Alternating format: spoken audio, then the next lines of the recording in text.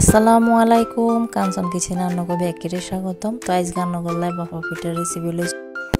তো বাফা পিঠা বানাবেলায় এনে বাটালি গুড় নিয়েছি। বাটালি গুড় এখানটা ছোটো ছোটো করে বুটকে দিয়ে কাটিয়ে লইছি। কাটিয়ে এটা একটু সামান্য একটু পানি দিয়ে আগলে ভিজিয়ে রাখছি। তো ভিজে রাখে এনে পাতিলের মধ্যে পানি দিছি অর্ধেক পরিমাণে, যেন পানিটা উতরাইলে যেন উপর দিয়ে না বাইরে, শুধু ভাপটা বাইরে। তো আটা গুলিয়ে আটার দিয়ে আমি এইরকমভাবে লাগাইতে হবে, এটা যেন কোনো ফাঁসে দিয়ে ভাপ না বাইরে যায়। তো এটা লাগাই, এটা সরাসরি চুলের মধ্যে বসাই দিই। তো এটা গরম মধ্যে থাক বাবাই হোক, এই ফাঁকে এটা রেডি করে লই। তো এটা রেডি করবার লাগে গুঁড়েগুলা ভিজে গেছে, নারকেল করে রয়েছি।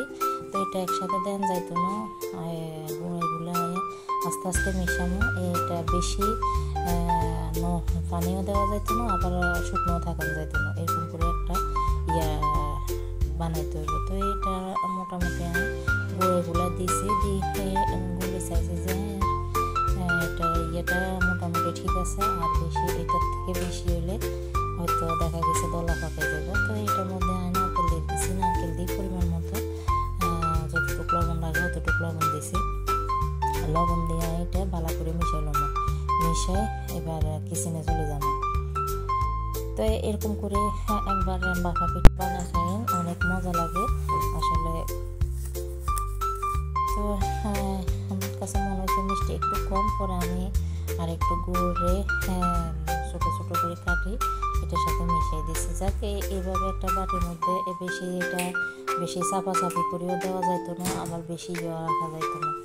তো এই যে আমার একটা পিঠা হয়ে গেছে। এভাবে সবগুলা পিঠা আস্তে আস্তে বানাইলাম। তো হয়তো অনেক সময় লাগছে আর কি পিঠাগুলো বানাইতে, প্রায় আমার 1 কেজি চাইলের গুঁড়ি 1 ঘন্টার থেকেও বেশি লাগছে, 1 ঘন্টা 10-15 মিনিট লাগছে। যাই হোক, এইভাবে পিঠাগুলো সাবধানের সাথে বানাইতে হইব। এরকম একটা সাদা কাপড় নিতে হইব, পাতলা। এরকম করে একবার বাফা পিঠা বানিয়ে খাইছেন, অনেক মজা লাগে। তাই আজকের ভিডিওটা যদি ব্যাকের কাছে ভালো লাগে, লাইক কমেন্ট করে দিন, ফলো দিয়ে পাশে থাকেন। সবাইকে ধন্যবাদ। আল্লাহ।